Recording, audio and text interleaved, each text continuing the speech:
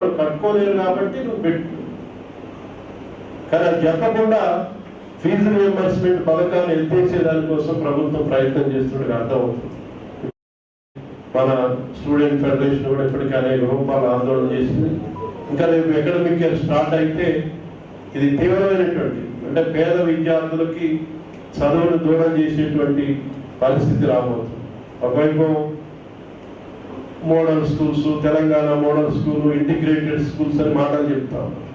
ఒకవైపు ఇది fee reimbursement పథకాన్ని ఎత్తేసేటువంటి కార్యక్రమం. విద్యార్థులకు సంబంధించారు ఏ వర్గం కూడా అంత సంతృప్తిగా వీళ్ళు చేసినటువంటి హామీలు అమల్లో ఒక తీవ్రమైనటువంటి అసంతృప్తి నెలకొన్నది.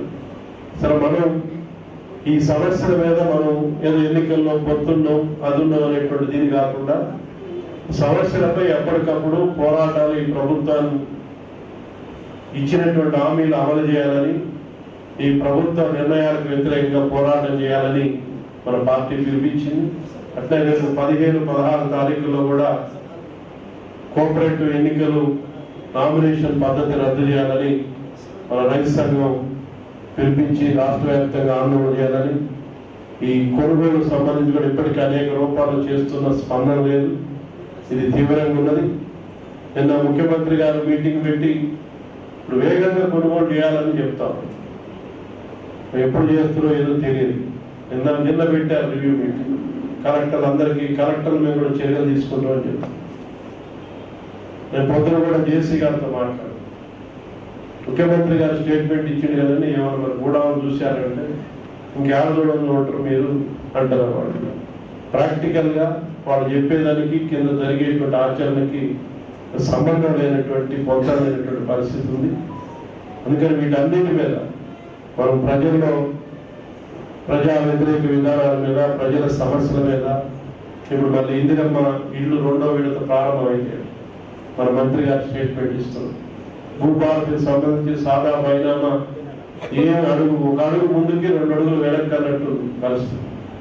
ఇందిరమ్మ ఇళ్ళకి సంబంధించి కూడా పోయినసారి చూసాం, ఇప్పుడు కూడా మళ్ళీ 2వ విడత ప్రారంభం అవుతుంది.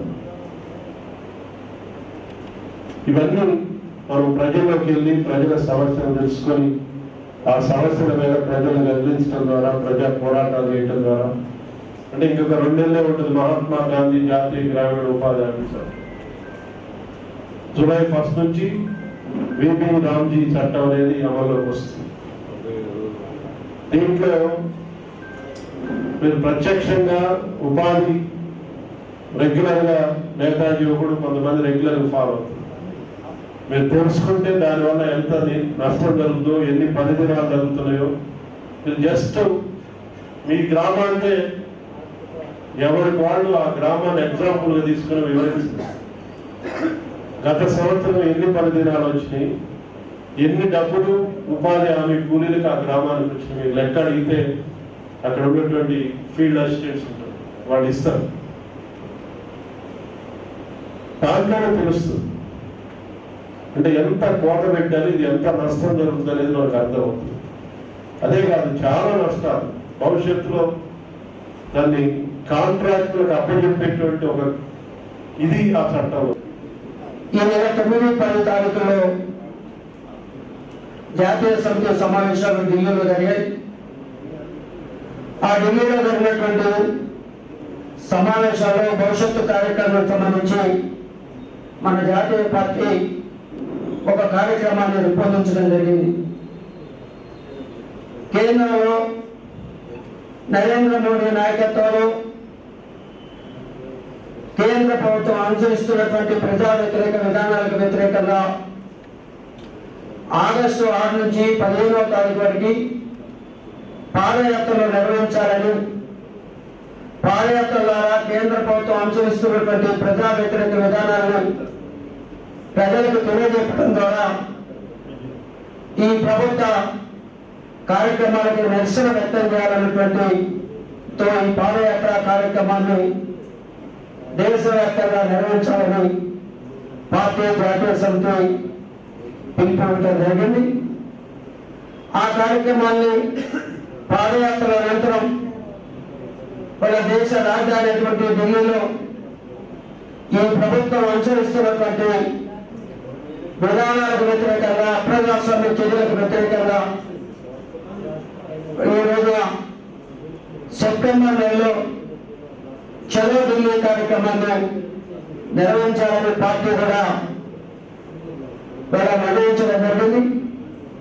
చలో ఢిల్లీ కార్యక్రమాన్ని పెద్ద ఎత్తున కదిలి పార్టీ శ్రేణులు ఢిల్లీలో జరిగేటువంటి దేశ రాజధాని ఢిల్లీ కార్యక్రమాల్లో పాల్గొనడం ద్వారా ఈ ప్రభుత్వం అనుసరిస్తున్నటువంటి విధానానికి ఒక నిరసన గలాన్ని ఎత్తుగొట్టడం ద్వారా ప్రభుత్వాన్ని కళ్ళు కనిపించడం కోసం, ప్రజా వ్యతిరేక విధానాలు అనుసరిస్తున్న ప్రభుత్వాన్ని వాళ్ళ ఎండగట్టడం కోసం పార్టీ ప్రయత్నం చేయాలని, ఆ కార్యక్రమాన్ని ఢిల్లీలో నిర్వహించేటువంటి కార్యక్రమాలు కూడా మన జిల్లాలో అన్ని ప్రాంతాల నుంచి పెద్ద ఎత్తున ఢిల్లీ కార్యక్రమాన్ని ఆగస్టు నిర్వహించేటువంటి పాదయాత్రలు జయప్రదం చేయడం ద్వారా ఢిల్లీలో సెప్టెంబర్ నెలలో నిర్వహించేటువంటి కార్యక్రమాన్ని కూడా జయప్రదం చేయడం ద్వారా చేయాల్సినటువంటి అవసరం ఉంది.